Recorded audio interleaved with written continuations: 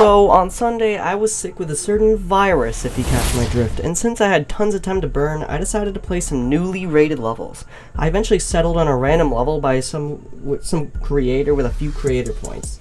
I clicked play, expecting to see some interesting content to be displayed right before my eyes. However, I realized, this is like the 89th glow level I've played in the last week, bro. Anyways, this led me to point at today's video. Today, we're going to be taking a look at generic levels and their issues.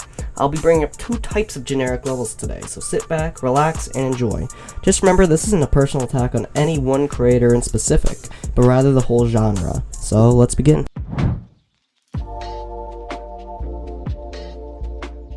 In the year 2016, the year that is so glazed it makes Krispy Kreme jealous, a new trend began to emerge from below the streets of Geometry Dash. A trend that will inspire hundreds of new creators to obtain their first creator points. Very few people enjoyed seeing these levels though. They were called generic levels. This may give some people PTSD because of how easy it was to stumble across these levels. But the trend didn't really make it out of the trenches until January 16th, 2017.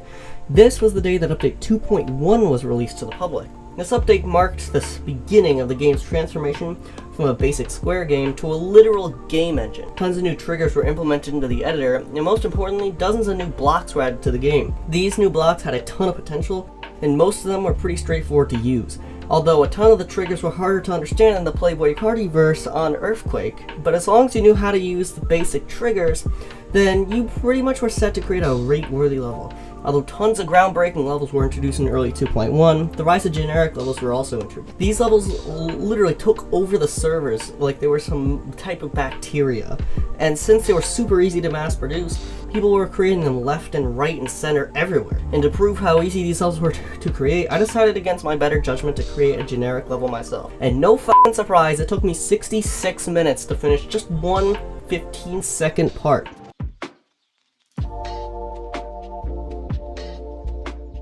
Glow levels have always existed in the community for a while, and a ton of people also clearly don't know how to use glow. Like, seriously, if you're going to be using glow, use it responsibly. I hate seeing up-and-coming creators absolutely destroy their level with glow abuse, which pretty much can destroy any level, and also my eye, piece by piece. But if you know how to use glow properly, then you can 100% use these objects to pump out tons of rate-worthy levels at an alarmingly fast rate. For me personally, I suck at finishing levels. In fact, I've only finished 2 half-decent projects, and what do you know? They were both glow. That's because glow can be used to create multiple different styles, and I'll tell you what, if this video gets 350 likes, I will literally build a rate-worthy level on stream and create highlights. So yeah, the main issue I have with glow levels is the fact that a ton of them use similar styles, and like, the glow utilizes both block design and air decoration, so you can make something unique in the style, but no, most people only want to create a basic glow level that has been done hundreds of times already, so please, do something different for a change, because every single glow level looks the exact damn same, except with maybe a color change or two.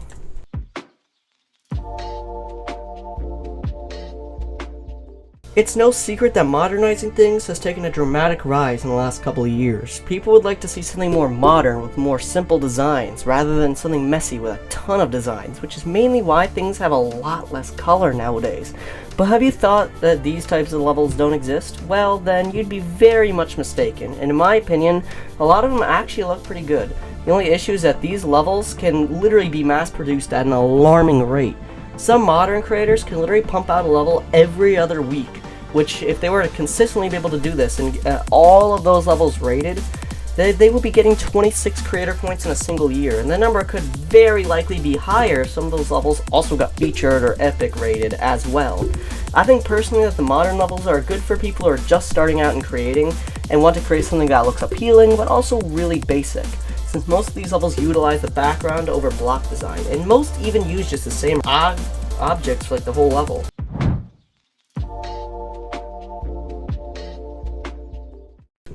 So in conclusion, generic levels still do exist in the big 2024, it's just that they evolved to look somewhat better and actually require some effort to create. I personally think that we should add level tags so we can actually filter out certain themes.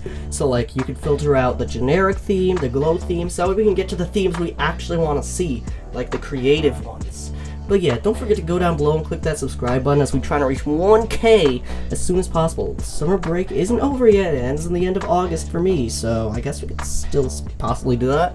And also, if you want to click the video on the center screen, it would be really appreciated. That video is about how the game is not yet dead, and I think it has quite interesting information, so I guess I'll be seeing you there.